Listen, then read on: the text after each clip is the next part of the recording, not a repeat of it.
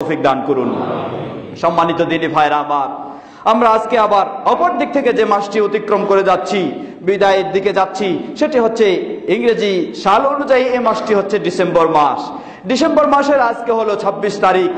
অতি আফসোসের সাথে বলতে হয়, আজকে আমরা যারা রাসূলের অনুসারী বলে দাবি করি, যারা আজকে আমরা ইসলামের অনুসারী বলে দাবি করি, ডিসেম্বরের 31 তারিখ শেষ হলেই সেই রাতটিকে স্বাগতম জানানোর জন্য, নতুন বর্ষকে স্বাগতম জানানোর জন্য, সেই সূর্য পূজারীদের মতো সূর্য পূজার জন্য আমরাও আজকে দেখবেন 31-এর পরেই 1 জানুয়ারির রাতকে কিভাবে স্বাগতম করার জন্য, স্বাগতম জানানোর জন্য এই মুসলিম নামধারী মুসলিম পরিচয় দিয়ে সূর্য পূজারীদের মতো তারাও সেই পূজায় লিপ্ত হয়ে যায়, বলার অপেক্ষা রাখে না। সুতরাং আপনি মুসলিম, আপনি যদি সত্যি রাসূল সাল্লাল্লাহু আলাইহি সাল্লামের অনুসারী হয়ে থাকেন, সত্যি যদি আপনি ইসলামের অনুসারী হয়ে থাকেন, তাহলে সেই খ্রিস্টানদের অনুসরণ করে ইংরেজি নববর্ষ আপনি অনুসরণ করবেন, উদযাপন করবেন। আপনি মুসলিমের জন্য কখনো এটি হালাল নয়, কখনো এটি আপনার জন্য বৈধ নয়। এটি আপনার, যদি আপনি জান্নাতে যেতে চান, আপনার জন্য এই কাজটি কখনো উচিত নয়।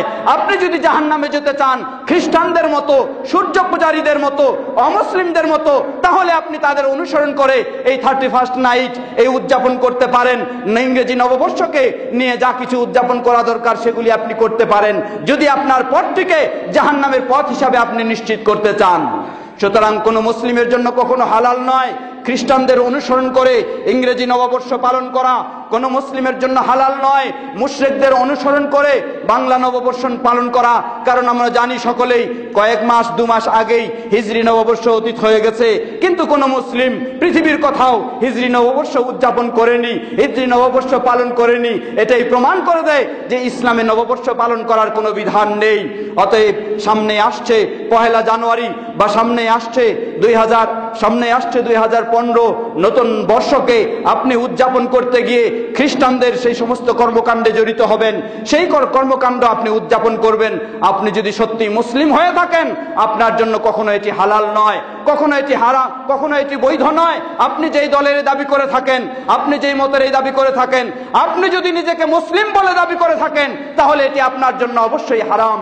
সেই দিনকে কেন্দ্র করে কোথাও ফুল দেওয়া আপনার জন্য হারাম, সেই দিনকে কেন্দ্র করে কোথাও নাটক করাও আপনার জন্য হারাম, কোথাও গান বাজনার আয়োজন করাও হারাম। বিশেষ করে আমরা সকল মুসলিম উম্মাকে জানিয়ে দিতে চাই, স্পষ্ট করে ঘোষণা দিতে চাই, যারা আজকে আমার সামনেও সমবেত রয়েছেন, পর্দার আড়ালের মা বোনেরাও রয়েছেন, নতুন দিন হিসাবে, নতুন বর্ষের নতুন রাত হিসাবে আপনার ঘরে গান বাজনা হবে, আপনার ঘরে খাওয়া দাওয়ার আয়োজন হবে, বা বিশেষ করে বিভিন্ন গলিতে, বিভিন্ন মহল্লায় যুবশ্রেণীরা তারাও সেই বাতিল সমাজের অনুসরণ করে গান বাজনার আয়োজন করবে।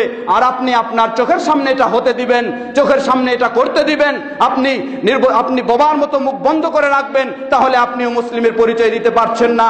বরং মুসলিম হিসাবে আপনার সাধ্য সামর্থ্য অনুযায়ী আপনার ছেলে ও মেয়েকে এই নববর্ষ পালন থেকে অবশ্যই বিরত রাখতে হবে। আপনি বিরত থাকবেন, আপনার ছেলে মেয়েকে বিরত রাখবেন। আপনার প্রতিবেশী কেউ যদি এই ধরনের খ্রিস্টানদের অনুসরণ করে এই কর্মকাণ্ডে জড়িত হয়, তাহলে তাদেরকেও অবশ্যই সাধ্য সামর্থ্য অনুযায়ী আপনাকে বিরত রাখতেই হবে।